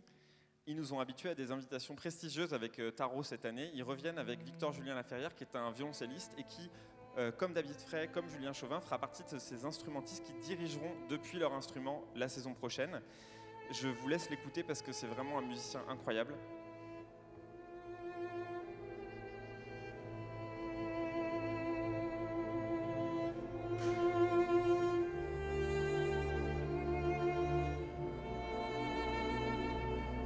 Voilà, et vous dire que le programme, ce sera du Tchaïkovski, du Ravel. Donc vraiment un programme où on pourra se laisser porter comme ça dans des ambiances musicales magnifiques. On va collaborer avec l'Heure Bleue, avec leur festival hip-hop et accueillir l'idole des jeunes. L'idole des jeunes et des moins jeunes, Mehdi Kerkouch, c'est lui notamment qui est derrière les chorégraphies de la chanteuse Angèle. Il a été récemment nommé à la tête du Centre chorégraphique national de Créteil. C'est un artiste qui est pop, qui est drôle, attachant. Et là, il crée, donc c'est sa 3e création, pour une dizaine de danseurs, à la fois street jazz, hip-hop, voguing, qui propose un portrait de famille à la fois drôle, touchant et explosif souvent. Et puis c'est sur les musiques de la percussionniste électro Lucie Antunes. Un autre musicien de jazz, star international, Brad Meldo. Brad Meldo que vous connaissez bien, il est déjà venu plusieurs fois. Il a sorti un nouvel album qui s'appelle Après Fauré, qui est un hommage au compositeur français Fauré.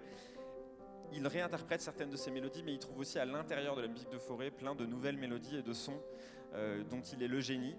Il a aussi des créations originales dans ce disque Après Fauré qu'il combine merveilleusement avec les pièces qui sont donc issues de Fauré. Et ça donne cette ambiance assez planante, très douce, très enveloppante, dans un style que seul lui a. Donc c'est une belle date de jazz aussi.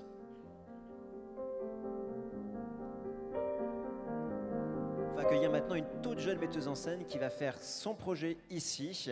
Parel Gervasoni vient nous parler de Ma Chère. Là, on peut applaudir, effectivement. Bonsoir, Parel. Bonsoir. Bonsoir.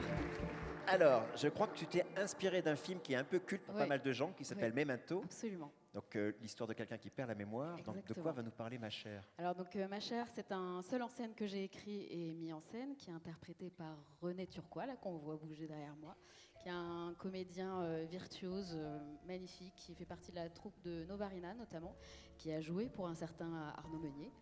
Et la pièce, Ma Chère, commence la nuit sur une plage. Et cet homme est échoué sur le sable et il se réveille et il ne sait pas où il est, ni pourquoi, comment il a atterri ici. Il ne se souvient de rien. La seule chose qu'il sait, c'est que la femme qu'il aime a disparu. Et j'ai écrit Ma Chère comme une énigme, effectivement, avec une belle référence à Memento, parce que pour commencer cette énigme, c'est quand même mal barré pour lui. Comme handicap, il a une amnésie. Donc l'écriture lui donne des indices, des flashbacks, comme dans Memento. Et donc je reprends la même écriture en cut. Donc dans Memento, par exemple, le héros qui est amnésique se retrouve d'un coup dans une autre scène, dans un autre décor. Il se retrouve par exemple à courir. Ok, je cours après qui? Ah, je cours après ce type. Ah non, merde, il me court après. Et donc c'est constamment cette écriture qui vient surprendre le personnage dans sa recherche. Et la question de la mémoire est avant tout la question du regard qu'on porte à l'être aimé. Parce que la mémoire de l'amour, on l'a dans la peau, on l'a dans la chair, mais la mémoire est sélective. Et qu'est-ce qu'on garde d'une relation, d'un amour? Qu'est-ce qu'on oublie? C'est la Sarah, question. on va découvrir ta Voilà. création. Merci. Donc répétition à la MC2, création à la Exactement. MC2. Merci. On est ravis de t'accueillir, Barrel. Merci. Alors, 2025, ça va être aussi une année de Biennale Experimenta, qui est donc le festival qui est mené par l'Hexagone à Mélan. Les dates d'Experimenta ont changé. D'habitude, c'est l'automne, et là maintenant, ça va être le début d'année, donc ça sera en février. Donc on est heureux, dans le cadre de ce partenariat, d'accueillir ce spectacle, Néandertal. Alors celui-là, je ne vous donne pas le choix, vous le cochez. Voilà, il faut venir le voir. Parce que c'est un spectacle que j'ai découvert au dernier festival d'Avignon. C'est un spectacle qui nous parle avec une finesse infinie du conflit israélo-palestinien, et Dieu sait que c'est pas si facile que ça de dire des choses avec finesse sur le conflit israélo-palestinien, et en nous racontant une histoire incroyable qui est l'histoire de l'ADN, comment les chercheurs ont réussi à séquencer l'ADN en allant chercher Néandertal.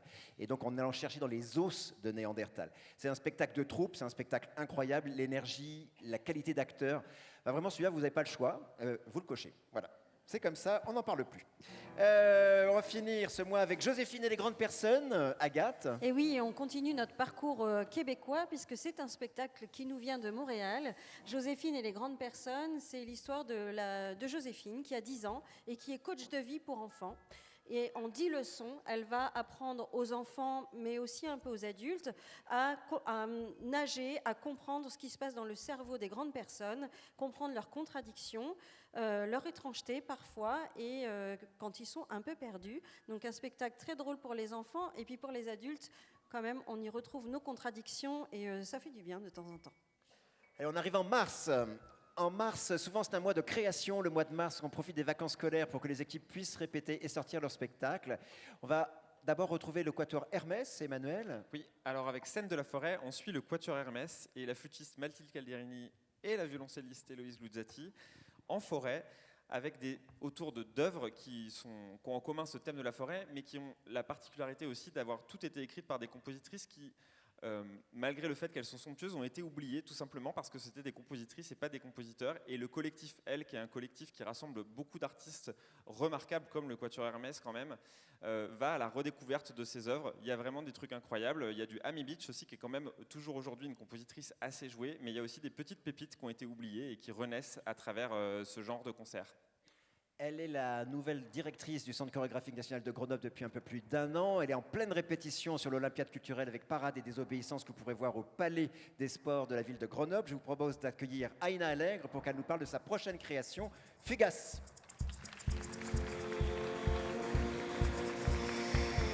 Ça va, Aïna? Très bien, très bien. Tu sors de répétition, tu viens nous parler du spectacle. Voilà. Donc cette fois, tu t'intéresses au flamenco. Alors pour celles et ceux qui n'étaient pas là, la semaine dernière, elle a fait un très beau spectacle qui s'appelait This Is Not avec des musiciennes incroyables qui venaient de Barcelone. Ouais. Et cette fois, c'est plutôt le flamenco. C'est plutôt le flamenco. Alors, je ne suis pas une danseuse de flamenco, c'est pas un spectacle de flamenco, mais c'est une déclaration d'amour à une danseuse qui m'a beaucoup influencée, qui m'a beaucoup animée et encouragée dans la danse. Elle s'appelle Carmen Amaya, c'était une danseuse de Barcelone, gitana, flamenca, qui a révolutionné le flamenco. Et ce spectacle, c'est un spectacle de groupe, on est 7 danseuses, il y a une batteuse aussi, donc je continue à creuser cette énergie de la musique et la danse, comme on a vu aussi dans mon précédent spectacle avec les trombonistes.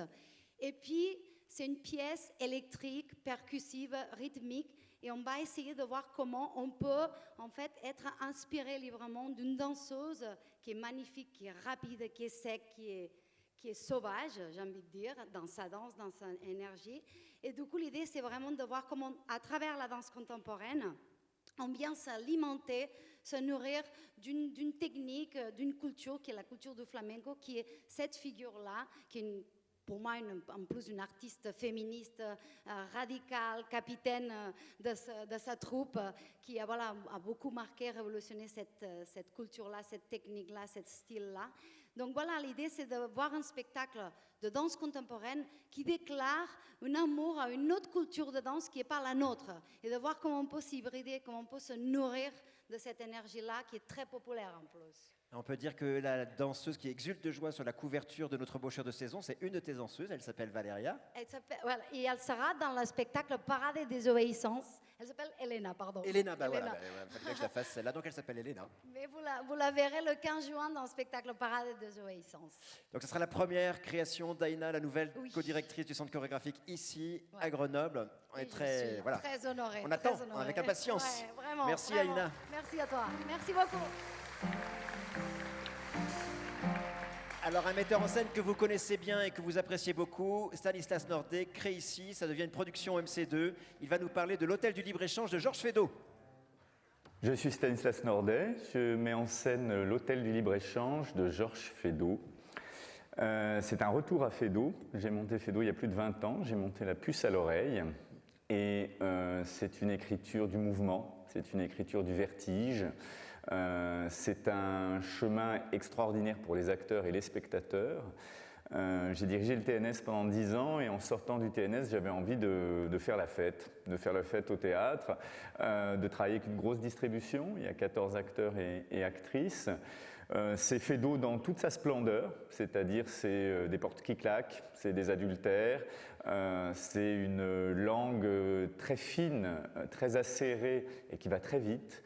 Des tableaux qui sont assez délirants, il y a 3 actes très différents et l'idée c'est de créer 3 mondes, 3 espaces scéniques, scénographiques qui fassent décoller la langue, c'est-à-dire Feydeau c'est beaucoup plus que le drame bourgeois, c'est quelque chose qui nous interroge sur nos failles, nos faiblesses, ça parle toujours d'amour. Et voilà, on va lui laisser un petit peu moins de temps parce qu'il faut qu'on avance dans la présentation. L'ensemble La Tempête, bon, pour celles et ceux qui sont déjà venus cette année ou l'année d'avant, à chaque fois là aussi c'est des standing ovations pendant de longues minutes. Emmanuel? Oui, ils sont venus 2 fois, ils sont venus une fois avec les Vêpres. Et c'est assez incroyable parce que c'est un ensemble qui spatialise ses concerts, qui utilise tout l'auditorium, les chanteurs circulent, le son circule aussi, c'est très beau. On a décidé de les associer à la MC2, donc désormais ils viendront une fois chaque année au moins. C'est un ensemble vocal, hein, c'est un ensemble instrumental aussi. Ils viennent avec un programme qui s'appelle Azahar. Azahar, ça vient de l'arabe, mais c'est de l'espagnol, ça veut dire fleur d'oranger. Et donc du coup, on ira en Espagne. Et on fera le grand écart, puisqu'ils associent des pièces qui datent du XIVe siècle avec des pièces qui datent du XXe siècle. Donc ça va de Guillaume de Machaut à Stravinsky à Maurice Ohana. Mais il faut leur faire confiance les yeux fermés, parce que c'est vraiment génial. Et ils trouvent une couleur dans le son qui est remarquable. Un circassien de la région, un trampoliniste plus exactement, qui s'intéresse à l'Arctique. Alors il est en répétition, Mathurin Boltz, et donc il nous a envoyé un petit teaser pour nous parler de cette création autour de la question du pôle. On l'écoute. Ils sont 3 comme dans un conte. 3 types rieurs, échoués sur la banquise, qui ne vont nulle part, mais qui marchent.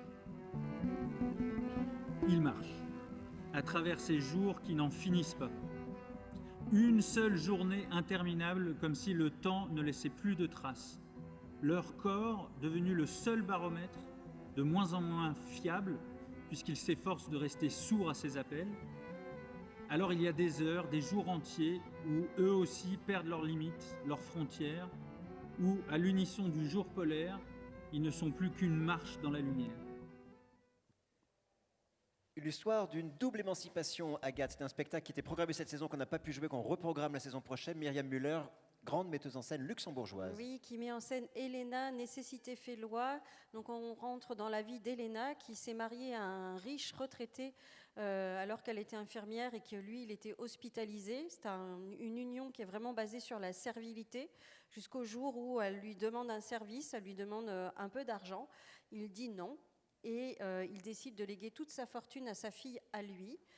Elena, c'est un spectacle policier, c'est un vrai thriller. Suite à cette décision, Elena va prendre une décision radicale et je vous donne rendez-vous en ce mois de mars pour découvrir ce qu'elle a lu. Un festival qu'on adore, on va appeler Pierre-Henri Frappa pour venir nous parler des Détours de Babel. Nous allons avoir un très beau concert ensemble. On peut l'accueillir. Oui. Et on va même pouvoir frimer Pierre-Henri, puisque du coup, elle chante dans la cour d'honneur du Festival d'Avignon et on l'avait programmée avant de le savoir. Oui, bonsoir à toutes et tous. Effectivement, on est hyper heureux d'accueillir Sylvia Pérez-Cruz, dont la présence est assez rare en France. Elle sera effectivement présente pour la clôture du Festival d'Avignon, fin juillet. Elle sera également présente au mois de novembre au Théâtre de la Ville à Paris. Et puis, la seule autre date qui se profile pour elle, on a la chance de pouvoir la partager avec vous. Ce sera donc le 25 mars pour le Festival des Tours de Babel à l'Auditorium de l'MC2. Et on est hyper content. Si vous ne connaissez pas cette artiste, c'est une artiste solaire magnifique qui voyage entre la folk, les musiques populaires traditionnelles, le jazz, le flamenco. Elle est originaire de Catalogne. Et c'est vraiment une artiste très très belle à découvrir. On est très heureux de vous soutenir parce que vous, avec Joséphine, vous continuez à faire vivre ce festival si important pour pousser à la découverte, pousser à la curiosité sur d'autres musiques, des musiques très larges, des musiques du monde, des musiques d'aujourd'hui. Nous, ce qui nous intéresse, ce sont vraiment ces sensations, ces vibrations qui sont issues des rencontres entre des répertoires, des univers musicaux très différents. Donc on l'avait vécu un petit peu l'an passé avec Ukraine Fire, pour celles et ceux qui étaient là, c'était aussi un moment très fort du festival. Là on sera dans un univers complètement différent, plus proche de la chanson, de la poésie aussi, puisque Sylvia Pérez-Cruz puise dans la poésie de Garcia Lorca par exemple, et puis elle écrit également ses propres textes très très intimes. Mais elle est vraiment dans cette démarche de rencontre, de métissage, et avec beaucoup d'audace aussi, et une présence scénique très théâtrale. Chacun de ces concerts se présente un peu comme un rituel, avec des mouvements, des tableaux qui font écho aux différentes étapes de la vie, de l'enfance, jusqu'à plus loin. Ça va être une belle soirée. Merci Pierre-Henri. Merci à vous. Et longue vie au À festival. bientôt. Un spectacle à partir de 8 ans de Marie Levavasseur. Agathe, il s'agit de Oui. Les enfants, c'est moi. Un spectacle qui rentre dans notre fil rouge autour de la famille. Et pour vous dire, c'est la thématique de la parentalité, quand on fantasme de devenir parent, et puis quand on a l'enfant, et qu'on est heureux, et qu'en même temps on est face à nos difficultés. C'est pas toujours facile d'être un bon père ou une bonne mère, mais on fait la plupart du temps le mieux qu'on peut. Je vous laisse découvrir ce très joli personnage. Ça va, t'es bien installé? Ça va être une vraie fête. Ça y est, il arrive. C'est mon enfant. Je suis mère. C'est ici que tu vas t'épanouir avec ta mère. Des fois, tu pourras même manger dans mon assiette. On prendra des bains moussants. On ira faire du shopping. On mangera des glaces exotiques. Je t'achèterai des cartes postales. La diva queer à l'humour ravageur qui fait exploser les critères du beau et du laid, du chic et du kitsch. Rien que ça c'est Le Monde décrivant Marlène Saldana qui revient ici. Vous aviez peut-être vu Showgirl, qui était déjà une réinterprétation de Paul Verhoeven qui était complètement déjantée et délirante. Et là maintenant, elle s'inspire de la comédie musicale Cats. Oui, alors pour l'instant, ils viennent de commencer les répétitions, donc tout ce qu'on sait, c'est que ce sera comme d'habitude avec Marlène Saldana et Jonathan Dryet, drôle, irrévérencieux, complètement déjanté. On sait qu'il y aura a priori une moquette avec des imprimés chats, une litière géante, des danseurs, des chanteurs, parce que ce sera une comédie musicale. On s'attend vraiment à tout avec Marlène et Jonathan. Et ça va être l'occasion à nouveau de faire une fête. Oui, une fête. Alors cette fois, une fête plutôt issue de la culture ballroom. C'est alors un ball, pour ceux qui ne verraient pas ce que c'est une sorte de compétition inspirée des défilés de mode. Voilà, pour faire très bref. L'idée, c'est qu'ils ont le droit à un atelier le matin, ils peuvent se former, Ouais. n'importe qui peut y participer, Tout à et fait. l'après-midi, ils participent à la compétition.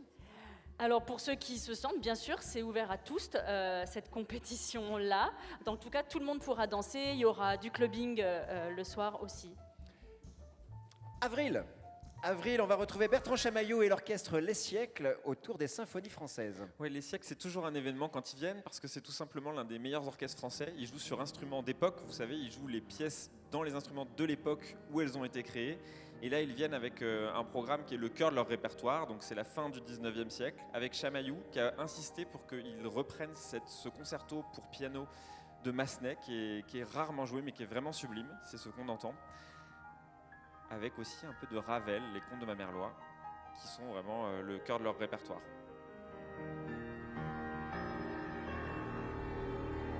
Alors, comme on on a dit qu'on avait une ouverture sur l'Amérique du Sud, il y avait un fil rouge brésilien tout le long de la saison. Ben, on retrouve quand même un peu de Brésil la saison prochaine à travers un groupe mythique.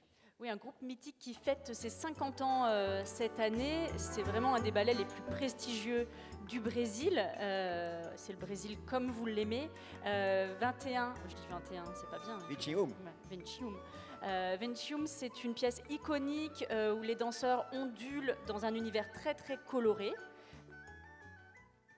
Et Gilles, c'est une pièce différente créée récemment où les danseurs et danseuses évoluent dans des longues jupes blanches dans une chorégraphie effrénée proche de la trance. Et alors, attention, la grosse découverte et gros talent.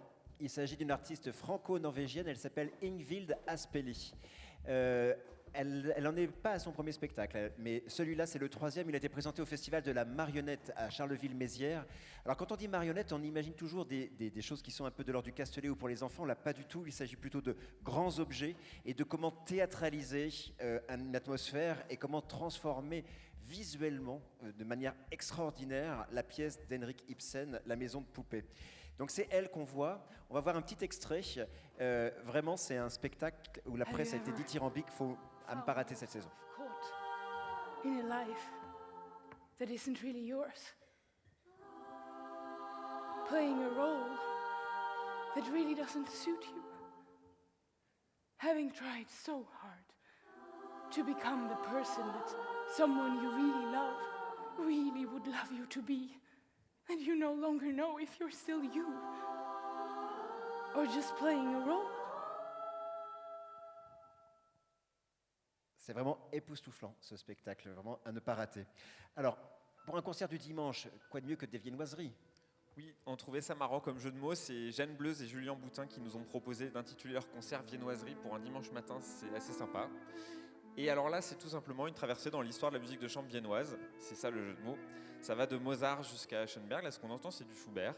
Mais il y a aussi un arrangement, par exemple, de Mahler. Là, vous savez, ce qui finit Mort à Venise. Cette musique sublime symphonique a été arrangée en musique de chambre par Alexandre Tarot, qui vont jouer dans le programme. Donc c'est une belle occasion de retraverser toute l'histoire de cette capitale de la musique européenne. Une metteuse en scène qui est actuellement en pleine répétition puisqu'elle va présenter son spectacle au prochain festival d'Avignon. Donc on a quelques images de répétition, Agathe. Oui, Léviathan, donc c'est Lorraine de Sagazan, on reste dans la famille. Lorraine, elle... C'est la cousine de Zao de Sagazan, c'est ce qu'elle voulait dire. C'est ça. Et de Laïlaka, du coup. Et donc de Laïlaka. Et Lorraine, elle interroge le système judiciaire français, ses béances et ses alternatives, et elle s'inspire notamment de la justice transformatrice, réparatrice, qui permet de sortir du système classique de juger, punir, enfermer. Donc c'est vraiment un questionnement autour de la justice. Qui punit-on et pourquoi la justice est parfois mal vue de certains de nos concitoyens. Une chorégraphe qui avait participé au projet du courage de l'Olympiade culturelle la saison dernière. Donc vous aviez peut-être vu les travaux dans le jardin des dragons et des coquelicots, qui est le nom de notre jardin pour celles et ceux qui l'ignorent. Il s'agit de Johan Layton. Alors, il va falloir faire marcher votre imagination. C'est l'occasion de dire aussi que la MC2 est une maison de création aussi pour la danse. On accueille beaucoup de spectacles en répétition cette saison. Donc, pareil, les répétitions viennent de commencer. Johan Layton, c'est quelqu'un qui aime créer des gestes très rassembleurs. Et là, elle réunit une distribution intergénérationnelle sur un plateau forêt. Donc on sait que ça va être assez gigantesque. Alors, un saxophoniste devenu chanteur, et quel chanteur? Il s'agit de Thomas de Pourquerie. Oui, encore un beau nom du jazz français, qui est surnommé souvent le trublion du jazz français, parce que justement il casse les barrières entre les différentes atmosphères du jazz, les différentes influences du jazz. Il va de la pop, l'impro, la trance. Il est saxophoniste, mais il vient avec un album qui est entièrement chanté, qui a eu une critique unanime, très positive. Et donc c'est pour notre plus grand plaisir, parce que c'est assez inédit de l'entendre chanter.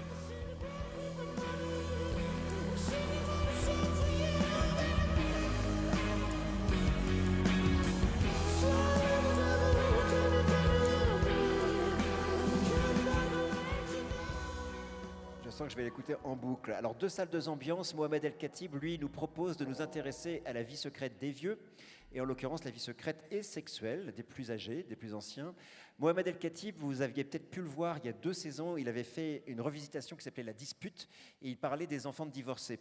C'est un metteur en scène qui a l'art de travailler avec le réel, donc pas avec des comédiens professionnels, avec des vrais gens. Donc là, en l'occurrence, il s'agit bel et bien de personnes âgées entre 75 et 105, voilà, aux dernières nouvelles, parce que ça aussi, c'est en création. Ça vient d'être présenté au Kunsten Festival des Arts à Bruxelles et ça part au Festival d'Avignon.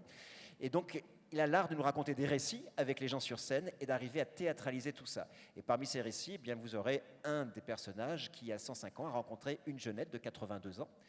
Et ça nous promet un moment sensible, puissant et toujours extrêmement fin et intelligent avec Mohamed. Et puisque nous sommes à Pâques, eh bien notre programmateur musical n'a rien trouvé de mieux que de programmer l'oratorio de Pâques. Bon, c'était trop facile parce que de toute façon, l'œuvre a 300 ans et donc les Talents Lyriques ont décidé de la reprendre.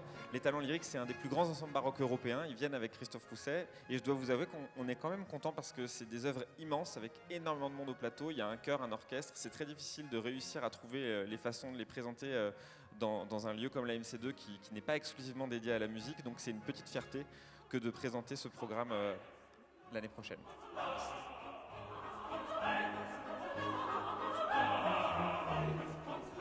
Indémodable petite sirène Agathe dans une version engagée. Une version engagée proposée par le collectif Ubi, qui est un trio.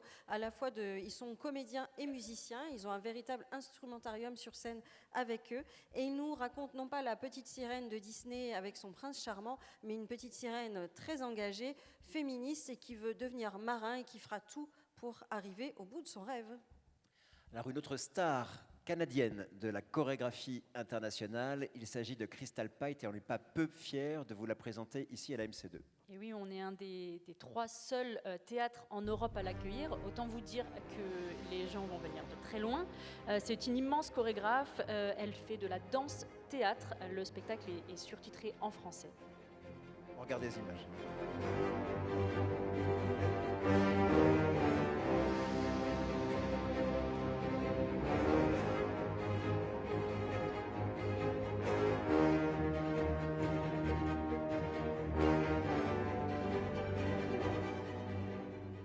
C'est un événement, hein, clairement, le spectacle est dingue, donc vraiment si vous n'avez jamais vu de Crystal Pite, elle était dans le programme du Ballet de Vancouver de l'année dernière, elle était le 2e spectacle, à ne pas rater. On est en mai, ça y est, et on réaccueille le Galactic Ensemble avec Zouk Zwang. Oui, alors le Galactic Ensemble, c'est un groupe de circassiens qui a le goût du risque. Le plateau ne s'en remet jamais. Ils ont inventé l'accident, l'acrobatie de situation, en fait. Ils partent toujours d'un accident. Là, ils prennent place dans une maison avec un toboggan qui traverse la maison. C'est un spectacle qui a à voir dès 7 ans et qui est réjouissant. Alors on a parlé du plaisir de redécouvrir les classiques. Vous avez vu qu'on a tenu effectivement à ce que certains classiques reviennent dans la programmation. Il est un des metteurs en scène les plus passionnants de sa génération, avec une mise en scène par exemple de Wojciech à la Comédie Française qui a fait date. Il est maintenant le nouveau directeur du Théâtre de Lorient. Il s'agit de Simon Delétang, qui va venir avec une création, avec la pièce, moi c'est ma pièce préférée de Molière, personnellement. Donc Alceste, Célimène, il y a toujours à puiser dans cette histoire, à redécouvrir, à remettre en scène. Et ça aussi, c'est l'occasion d'inciter les plus jeunes à venir redécouvrir les classiques. Je sais que le Don Juan de David Bobet a été un énorme succès cette saison. On espère franchement que celui de Simon Delétang le soit tout autant. Et puisqu'on est sur Molière, voilà à l'inverse, une toute jeune compagnie qui nous a éblouis à Marseille. C'est une jeune compagnie marseillaise composée de 5 jeunes comédiennes. Elles s'inspirent très librement du roman de Monsieur Molière pour rendre hommage à ce dramaturge qui nous accompagne depuis 4 siècles. Et elles rendent hommage aussi au théâtre de Tréteau. Donc c'est un spectacle très drôle, épique, très moderne. Et elles dépoussièrent complètement les perruques en s'habillant en salopette. Et c'est l'occasion d'une bonne nouvelle parce que du coup ça va être présenté en quadrifrontal dans la salle René Risardo. Et donc ça veut dire qu'on change le gradin de la salle René Risardo cet été. Vous allez avoir des fauteuils tout neufs dans la salle René Risardo. L'occasion, oui, l'occasion de remercier la métropole, Grenoble-Alpes Métropole, parce que ce sont eux qui investissent, c'est les propriétaires de la MC2. Merci de nous suivre et d'investir pour la modification et l'amélioration du confort de toutes et de tous. Un dernier concert, non c'est pas le dernier concert du dimanche, mais là par contre on va du répertoire folk. Alors oui, on pourrait croire qu'il n'y a pas de point commun entre Luciano Berio, qui est un compositeur italien de musique moderne, et Bob Dylan. Eh bien si, c'est la folk. Et je ne dis ça pas ça par hasard, parce qu'ils se sont réellement inspirés de la même personne, un musicologue qui a traversé les États-Unis au début du XXe siècle et qui a été recueillir toutes les chansons populaires américaines, qui sont par exemple dans l'album The Freewheeling Wind. Pardon, je le dis pas très bien. The Freewheeling de Bob Dylan. Chacun son accent, hein. Mais qu'il y a dedans les plus grands tubes de Bob Dylan, comme Blowing in the Wind. C'est bien, c'est bien. Et pourtant, on a répété la présentation de saison. Il avait sa punchline, je vous le garantis. Voilà, et donc c'est Miroirs étendus qui vient faire ce programme, qui fait traverser la musique entre les deux univers de Berio, Folk Songs, donc c'est un cycle qu'il a écrit, et Bob Dylan.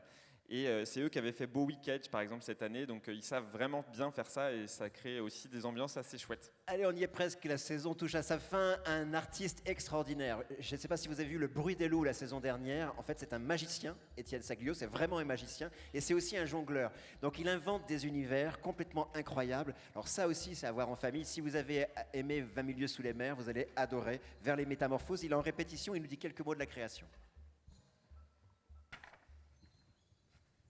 Se métamorphoser, promesse d'une métamorphose. Il y a dans ce mot quelque chose de mystérieux et d'intense qui me plaît. Qu'est-ce qu'on regarde quand on regarde quelqu'un qui sait métamorphoser?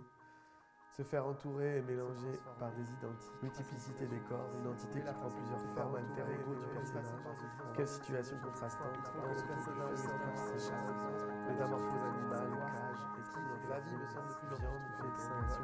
Jung avait raison. Quelle histoire schizophrénie, dissociation paranoïaque, qui est la vie me semble de plus en plus truffée de symboles.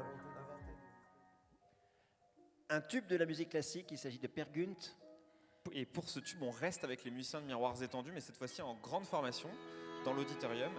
Là, ils vont encore croiser deux imaginaires musicaux très différents, très éloignés, et les faire dialoguer entre eux. C'est donc deux quêtes, celle de Peer Gynt, qui est une quête de sens de la vie, une quête d'un homme normal égaré qui cherche le sens de la vie, et c'est un tube de la musique symphonique qui est adapté pour format ensemble. Et puis, la quête du Graal, telle qu'elle est exprimée par Sahar Yao, dont Noémie Boutin a parlé tout à l'heure, qui est une grande compositrice des 20e, 21e siècles, disparue récemment. Et là, c'est la quête du Graal, donc c'est un concerto pour violon, et c'est vraiment sublime.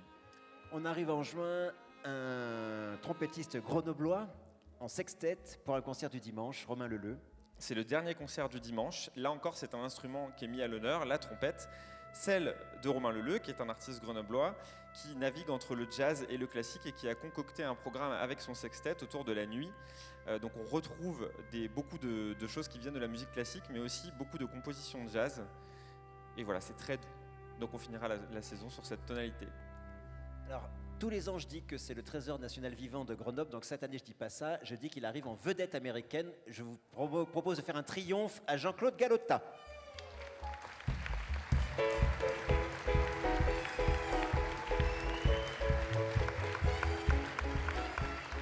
On n'allait pas fêter 40 ans de centre chorégraphique sans avoir Jean-Claude avec nous. Voilà, parce que, bon, on n'a pas le temps de le raconter parce que je pense que les gens ont envie de boire un verre, mais en fait, la création du centre chorégraphique s'est passée à 3 chorégraphes dans le bureau de Jack Lang. Bon, ça sera pour un autre jour. Là, tu vas nous parler de ta prochaine création qui s'appelle Cher Cinéma.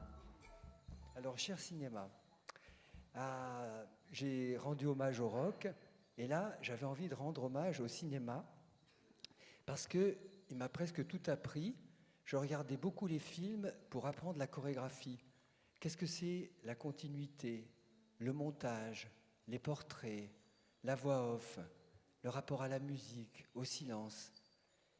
Et je me suis souvenu que j'ai fait 12 rencontres de cinéastes, hommes ou femmes, et je leur écris une petite lettre que je leur chuchote, et ensuite je leur offre une danse. En plus, beaucoup sont morts. Donc c'est vraiment un hommage très profond, à la fois au cinéma et au cinéaste. Je continue. Je crois que tu en as dit suffisamment pour aiguiser l'appétit, parce qu'en général, ils t'aiment et elles t'aiment, et on est très heureux que elles et ils t'aiment, et nous aussi on t'aime, Jean-Claude. Ça va être un beau moment, parce que tu vas lancer la MC2 en fait. On va te programmer une semaine en salle Risardo, on va faire une exposition aussi autour de ton parcours, parce que 40 ans de Centre chorégraphique national, ça se fête, et quel beau symbole d'avoir eu Aïna Allègre en création et de retrouver Jean-Claude à la fin de la saison. Alors, juste vous dire que un petit mot, Allez, vas-y. Un petit mot. Oui. Alors, donc, on va commencer dans le noir, il y aura des choses fantomatiques, je vais dire le texte, et quand l'écran va s'ouvrir, c'est la danse qui va arriver. Et comme je le disais l'autre jour, quand j'ai fait Ulysse, je pense que tous ces cinéastes, tous les artistes que tu as invités, je pense qu'ils sont là pour nous apporter de l'amour, de la beauté, du dialogue, de l'humanité, pour combattre tous les fous furieux qui nous préparent des guerres, des bombes et du désastre écologique. Eh bien, cher cinéma, c'est une façon de résister contre cette barbarie qui nous arrive. Voilà. Il n'y a pas mieux comme conclusion, et c'est avec Jean-Claude qu'on va lancer la MC2 en fait. Nous savez qu'en plus des 86 spectacles payants, il y a tout un tas de propositions qui sont gratuites, donc n'hésitez pas à en profiter. C'est l'occasion pour moi de remercier nos partenaires publics, le ministère de la Culture, Grenoble-Alpes Métropole, le département de l'Isère et la région Auvergne-Rhône-Alpes du fond du cœur, parce qu'en plus ils ont augmenté leur contribution cette saison. Donc grand merci à elles et à eux. L'Olympiade culturelle qui se termine, la Caisse des dépôts et conciliations pour France 2030 et le British Council qui nous accompagnent notamment dans tout le travail autour de la jeunesse et autour de l'inclusion. Vous dire aussi qu'il y a des partenaires privés qui sont dans le cercle idéo, que si vous avez envie, si vous connaissez des gens, n'hésitez pas à nous rejoindre, c'est absolument essentiel par rapport au modèle économique de la MC2. Nous avons besoin de ces partenaires privés et on les remercie de nous saluer. Évidemment, on ne pourrait rien faire sans une équipe, donc c'est l'occasion pour moi de leur demander de venir, de me rejoindre. N'hésitez pas, venez. Aussi l'occasion de remercier le conseil d'administration et sa présidente Laetitia Rabi. Nous sommes une soixantaine de permanents, une centaine d'intermittents, plus les artistes qui font vivre les 86 spectacles, les actions culturelles au jour le jour, les productions, les expositions, les entretiens. On va remercier les deux Mathieu Desbordes et Mathieu Nolot de nous avoir accompagnés depuis le début de cette soirée. Et on va surtout vous remercier, vous d'être aussi nombreuses et aussi nombreux, de vous suivre, de votre curiosité, remercier les partenaires sur la métropole. Vous êtes les bienvenus pour cette future saison 24-25 à la MC2.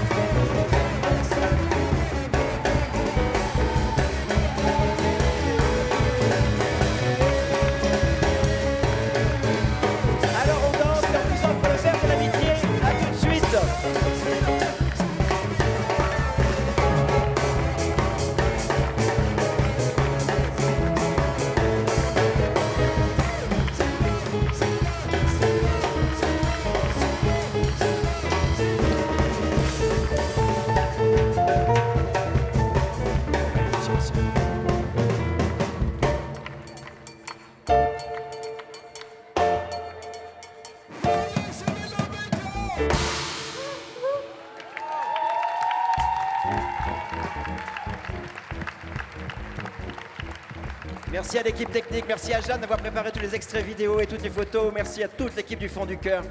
Très belle saison à la MC2.